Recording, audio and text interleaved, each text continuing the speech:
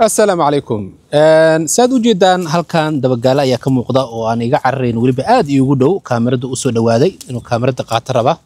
Sidaas oo kale halkan waxaa jooga shimbiro ama qooleeyo oo doonaya in wax la siiyo. Badankooda dabagaalayaalka halkan ku nool saaxiibo ayaan nahay, aragtida ayaan iska naqaanaa. Sidaas oo kale bacaan sido ayay arkayaan marka oo heshiis ku nahay. Xilligan waa xilli qabow ah oo ay doonayaan wax ay cunaan. Gaal ahaan dabagaalayaalka ama squirrelka waxay jecel yihiin raashin inay meel sii dhigtaan maadaama xilliga qaboobaha la soo galayo aad u jeedaan qaarkood in ay meelahaas wax ka qodanayaan si markaas ay u helaan wixii bilihii hore ay meel ay ku dugteen ama ay ku aasteen. Haddaba marka waxaan rabaa qaarkood inaan halkan wax ugu qaybiyo sidaas oo kale shimbirahan inaan wax siiyo. Marka xilliga qaboobaha aad ay u jecel yihiin in wax la siiyo si ay marka kuleelaha la gaaro ay ula soo baxaan. Caro inaan tuso dabagaalayaalka qaarkood waxay ku dhiiranayaan inay ku yimaadaan wax ka qaataan. Hadda kan aan tusaya shirso gacanteeda waxaan ku hayo ayuu qaado doonaa. Kaale waa cabsanaya. Qaarkood kuwa soo dhiiranaya jira ka qaadanaya. Hadda kan waa iska qaadiye. Mid kalena ay ka ordayaan. Sorry. Hadda kan in halkaan wax u dhigo rabaa waa u dhigayaa soo u jeeda.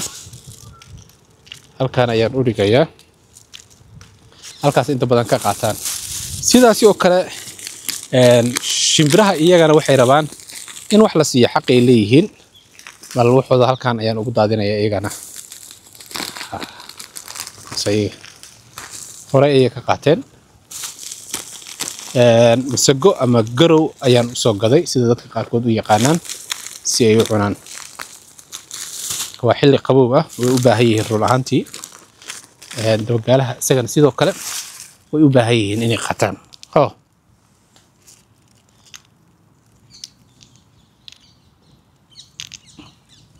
Waa cabsanayaan. Ala kulli xaal marka abuurka Ilaahay yani waa isku nool yahay. Nuucyinka Ilaahay dadka ku galadaysta ay kamid yihiin xayawaanaadka inay ku aaminaan wax ka qaataan ya waa kaasas oo taab kartaa fiir annagana kuweena dabagaalayaalkeena waxaan xasuusanaa markay kor qofka arkaan inayba ka cararayaan sababtoo waxay og yihiin inaysan ka nabadgaleynba ama ay dilayaan ama wax yeeleynayaan laakiin halkan inaad wax siiso oo korkaaga ay soo fuulaan ama dushaada ay soo fuulaan ayaa yani aad ay ugu jecel yihiin marka saad u jeedaan hadda midkaas wax cunaya wax buu meel dhiganayaa wax buu cunayaa kadibna qaar kamida wixii uu cunayay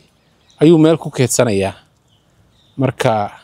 waana waxyaabaha Alla weyn subhanahu wa ta'ala abuurkiisa muujisada ah kamid ah ay kaale wakaasa kaale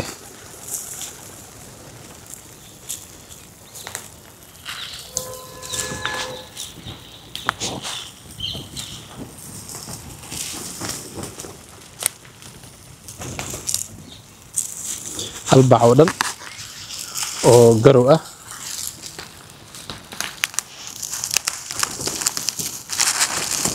marka waxaan waxay kamid yihiin ihsaanka bini aadamka iyo noolaha kale ka dhaxeeya ay isku sameeyaan fahmaysiin marka intaan waxa loo yaqaanaa ihsaan ayaa loo yaqaanaa in yani xayawaanka uu ku aamino xitaa wax ka qaato fiiri si nadiif wax ka qaato waxay kamid tahay is-aaminaada nabadgeliyada Ilaahay bini aadamka dhexdooda dhex dhigay inagana ay ma arki karno dabagaalana arki karno asaaba naga ordayayna oo og yahayba inuusan amaan naga helayn marka aan ku dadaalno xayawaanaadka nolol nool inaan wax siin karno haddii aan awoodno horta nafteena ay naftirkeeda waxay cunto ay haysato kadib ayaan kari karnaa inaan xayawaanaadka wax siino marka intaasna aan ku dadaalno biidnillah runtii barnaamij hadda ka hor aan ka soo duubay halkan ayaa jira oo qaar waxaa jira oo dusheeda soo fuulaya ama surwaalkii soo fuulaya saa u jeedaan dabagaalayaalka sidaan hore idin kugu sheegay meel ay wax ku aasanayaan sida kaas oo kale halkaas ay wax ku aasanayaan wixii hadda la siiyey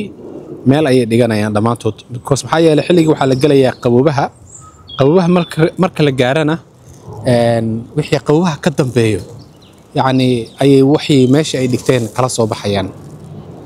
soo wajidaan waa ka hadda meel ku aasanaya wixii aan siiyo waaye dhag meel ku aasanaya amaana oo xasuusan karo hadda daan wax siiyo fiir mar kale wuxuu sameyn doono aan ordaya kaas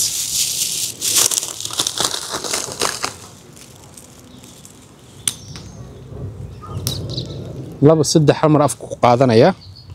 dhag meel oo la tagaya hadda kan oo ujeedin wixii uu qaaday سوينا ولا عرّي كاس سي صعدو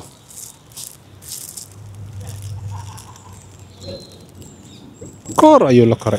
وحيابها إلهي سبحانه وتعالى ويعني أقول حريستي ضدك وحكمده إني إحسان أسميان حيوانات كالنول ما دام بني آدم كو يهمتكي بلن قاضي أم أحد كو قري إن دولك وحا كنول إساق مسؤول وكان قندون هادو أجي دا وحي هالكان لغاي إساق كلا بحيا horteeda ku cunayaa fiir gacanteeda waa taaban kartaa mana iga ordaya tartiibkiis nabadiisu qaba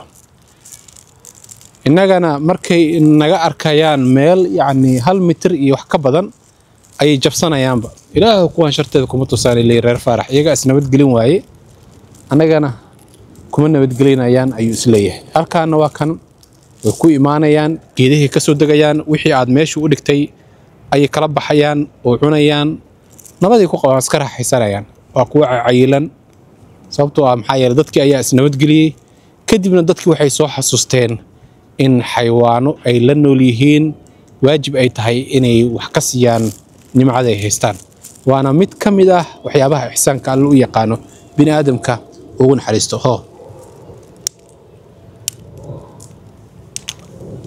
soo jeedaan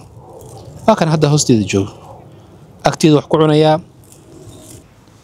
u tagaya suka inuu arkayo inaan wax siinaya in kale oo isku day doona maxaa yeelay wixii uu meeshii ka laasan laga yaabaa sabi arka basoo orday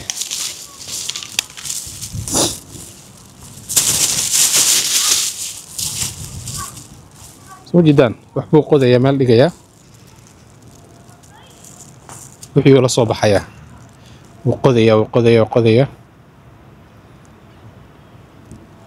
waxba u tuuraya suuq inuu arki karo dhag meel ku aasana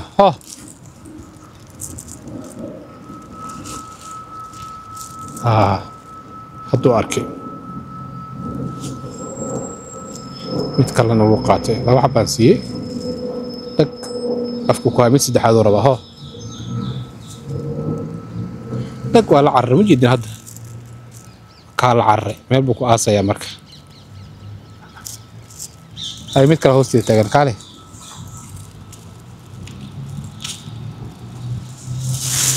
marka kaale adigan cunug yar waa kan marka runaantii xilligan oo kale xilliga qaboobaha waa loo faa'iideeyaa xayawaanaadkan dadka wadamada reer galbeedka jooga maadaama ay waxay cunaan raadinayaan وبالله التوفيق السلام عليكم ورحمة الله وبركاته انتاس وحيقا اهيد walaalaha kale uga faa'iideey